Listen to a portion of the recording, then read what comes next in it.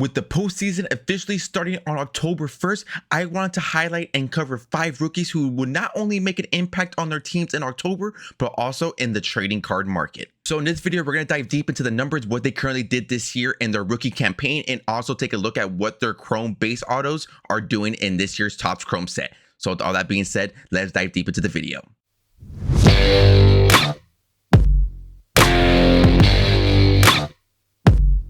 Now, the first rookie we are going to cover is going to be Colt Keats from the Detroit Tigers. Now, I know what you're thinking, Nick, Mundo Pio. Detroit Tigers have not clinched yet.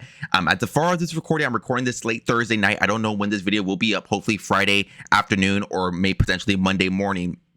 But Detroit Tigers are currently, their magic number is 2. With the way the Minnesota Twins are playing and with the way the Royals are playing as well and the way the Tigers are playing this second half of the year, I would expect them to clinch one of the wild card spots. So that is why I have Colt Keats here as coming in at number 5. Now, currently what he's done this year in his rookie campaign, he's currently had 13 home runs, 61 driven in. So it's not bad for a rookie. Batting average 261, OPS 692, OPS plus of 95, and a B-WAR of 1. So he's been pretty average. But what I like about him and what he's done so far is currently what he's doing in September. So he's hitting a little bit more for contact, 282. His on-base percentage is 316. So getting on a pretty good clip there for a rookie. His slugging is going to be 366 and his OPS is 682. So still not hitting for a lot of power, but he is making contact, and potentially with the speed threat, I think he can make a big impact in October. Now, what we are going to be looking at here as far as the prices is going to be from Card Hedge. Now, I am an official affiliate with Card Hedge, so if you want to support me and help support the channel, please feel free to check out the link down in the description down below. That is going to be courtesy of Card Hedge. There is a free 7-day trial, and if you enjoy the app, of course, you can continue to enroll in it. But I'm a big fan of Card Hedge. Now, what we see here is what his, again, just his Bowman Chrome standard autos. We can see here prices average here 46, and this is just a raw card. We're not looking at PSA 10s, SGC 10s. We see here we had a 52-week high of 167 and a 52-week low of 44. Now, of course, this is out of 3 months. Topps Chrome came out around July, so I kind of just wanted to filter out to see what they've done in the last 3 months. So you can kind of see here, of course, when it first came out, was pretty high, dipped, like all normal prices do and normal rookies. For some reason, he shot up really high towards August. It's kind of when the Detroit Tigers were kind of peaking, and then took a big dip down here. So kind of sitting within that $50, $40 range. But with his performance and what the Detroit Tigers do, it's going to be curious to see how his overall card market evolves to. Coming in at number 4 is going to be Jackson Holliday from the Baltimore Orioles. Now, obviously, the numbers are not pretty, but this is more just on a hype basis, because if he has a few decent games or is even performing or even starting for the Baltimore Orioles, I would expect his market and his trading cards to go up even more. Obviously, Jackson Holliday, one of the more touted and hyped up prospects in a very long time. But what he's done so far in his rookie campaign has yet to be pretty. Has 5 home runs, 23 RBIs, has a batting average of 174, OPS of 517, OPS plus of 51, and a B-WAR at negative 0.3. So it hasn't been pretty. Of course, when he got sent back, he got sent down the first time around after he struggled mightily, came back up, performed pretty well, and has now struggled once again.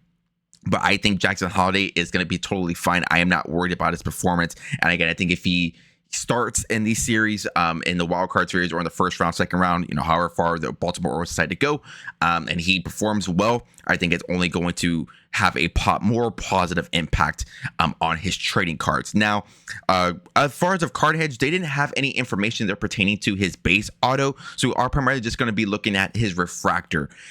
You can see here the high 52-week high sitting at 412 and as low as 256. So he hasn't really, and you can see here by the chart, hasn't really gone too high, not too low. It's been pretty, obviously, a $200-ish difference is a big drop here, but it's nothing too dramatic. But again, if he has a good performance in the postseason, depending on if they start him, I think it's going to have an impact not only on his base Chrome autos, his refractor autos, but his first Bowmans and any card that he has currently out right now. Now, sticking with the Baltimore Orioles is going to be Colton Cowser. Colton Cowser here is obviously one of the favorites to win American League Rookie of the Year.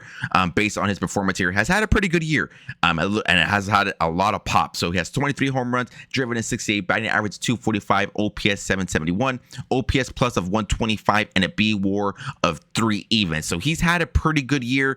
Defensively, he's also one of the more touted AL rookie defensively behind Wilger Abreu. So he's had a pretty good year, and I think, with the way the Orioles have performed, he's obviously been a big part of that. Now, going into his base card, now I'm a little bit surprised that they are this low, because I would expect him to win Rookie of the Year. So potentially his price doesn't go a little bit high. Also, want to preface here, since we're talking about cards, I didn't say this here at the beginning of the video. None of this is meant to be taken as financial advice. I'm not telling you to go out and buy all these cards here or anything of that nature. This is not meant to be taken as financial advice. So please do your own research, especially when you are potentially buying cards for investments. I say investments in quotation marks, and or for potential flips. But Colton Cowser has not really taken off as far as base card wise, as far as their autos. We can see he had a $70 at a 52-week high and a 52-week low of 32. And we kind of seen the up and down here. We have that 72 sale ranging around here. And then we kind of see it just slowly going down, up, down, up, down. So it's been pretty up and down here for Cowser. Now, same thing with Jackson Holiday. If he has a pretty good postseason, puts on a good show, hits a couple of home runs, makes a couple of good defensive plays, I potentially would expect this to go up along with his other cards as well. Coming in at number 2, and the second Jackson here on this list is going to be Jackson Chourio from the Milwaukee Brewers. Now, Jackson Chourio has got off to an extremely slow start, but has really picked it up here in the second half of the season. Currently, right now, as this recording, has 21 home runs, drove in 78, batting average of 274, OPS of 793, and OPS plus of 118. And a B-WAR of 3.8. Now, to put into consideration as far as what he's been currently doing post All-Star break, he already has more home runs than he had in the first half. Post All-Star, he currently has 12 home runs. Before the All-Star game, he had 9. He's currently hitting .310 with an on-base percentage of .365, with a slugging of .561. And an OPS of 926. And something to consider with Jackson Chourio is that he is still only 20 years old. So he is still extremely young. Completed the 2020 year as well, with 20 home runs and 20 bags stolen.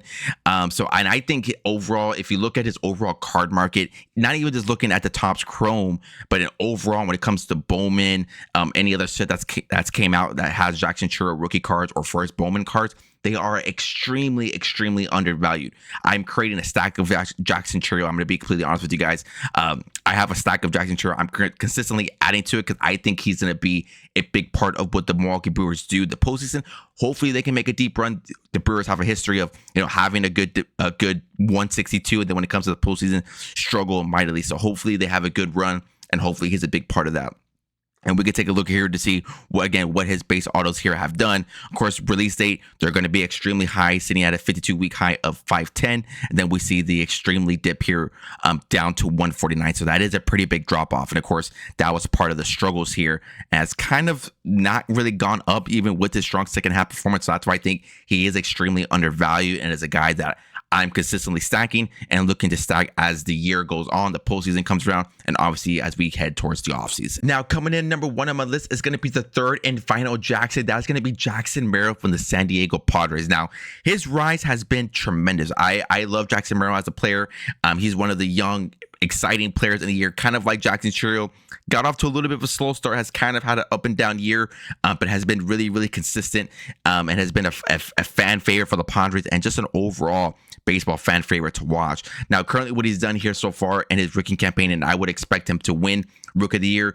You can make the argument for Paul Skeens, but I think Jackson Merrill it's closer than what some people think. So currently what Jackson Merrill here has done in his rookie year, 24 home runs, 89 RBIs at 291 batting average, OPS of 824, OPS plus of 127, and a B-WAR of 4.3. So of course, that is a lot higher than his counterparts here that are on this list. And kind of same thing here. Had a pretty good second half. I mean, he hit 278 on base of 310, a slugging of 435, and an OPS 745. But again, what he's done in the second half of the year and has been a big part of the Padres, because people forget the Padres were 50-50 during the first 100 games of the year, and now they're one of the favorites to potentially take this the way the roster is built. But currently right now in the second half of the season, hitting .313 with an on-base of 346, a slugging of 603, and an OPS of sitting at 949. So he's had a great second half of the year, which is why I think he's making this Rookie of the Year case in the NL a little bit closer than some people think. And now taking a look here at his cards again as another player like Jackson Chourio, that it kind of see the rise here with the way he's performing in the second half of the year, but hasn't really popped off like we see with some other players or some maybe potentially some other rookies. We can see here again, once the cards here were released, 52-week high of 225 and a 52-week low of 118 with a median average price here within the last 3 months of 167. I have another Jackson Merrill here, a little stack on my end. So Jackson Chourio, Jackson Merrill, if I'm being completely honest, are the two players that I'm keeping an eye out for as far as of cards, and which is why there are my 1-2 punch. You can easily, I think, make the case to switch them both, but I'm just a little bit higher on Jackson Merrill, and obviously I think the Padres are a little bit more built than the Milwaukee Brewers, so that's something that you also want to consider as well, depending on how far the team goes. If the team gets exited early, some fans may not care anymore. Those casual viewers who may want to get into some cards may not care about the teams that have been exited. They're going to be watching teams that are still currently in the race in the NLCS, ALCS, whatever the case may be. And I think the Padres can make a really strong case for those NLCS and potentially maybe even World Series, because they're even giving the Dodgers a run for their money for the division. So again, Jackson Merrill is a very exciting player and it's someone that you want to keep an eye out for, not only in the trading card market, but as they head into October. So that is going to be the end of the video. Hopefully you guys enjoyed this video. Now, is there a rookie that I missed? Obviously the Yankees just clinched, maybe an Austin Wells potentially. Is there any other rookie here that I may have missed out here on this? Please feel free to sign up on the comments down below. And if you enjoyed this video, please feel free to leave a like, because that is a free way here to also help support the channel. Now, if you guys don't know, and if you guys haven't been seeing the channel here, I have launched a podcast. It is called Cardboard Dugout, where we do this, but we do it into more detail. I do it with my brother, also known as Bro Peel. If you guys haven't checked that out, I will put the link to the whole playlist down in the description down below. We have 6 episodes here that officially have been released. We are going to be releasing episode 7 on Monday once the postseason bracket is officially set. So you will get my predictions as far as of who I think is the favorite to win the whole World Series and take home the World Series trophy this October. So if that guys interests you, please feel free to leave a like, subscribe onto the YouTube channel, or please feel free to go check out wherever you get your podcasting. If that's on Apple Podcasts or Spotify, it is available in there as well. So if you guys want to check that out, please feel free to go check that out. And again, affiliate link to Card Hedge is down below. They are the ones, again, that is where I use all of my card information for this video. So if you guys want to go check them out, affiliate link is going to be down in the description down below. If you do, thank you guys for watching and stay tuned for the next one.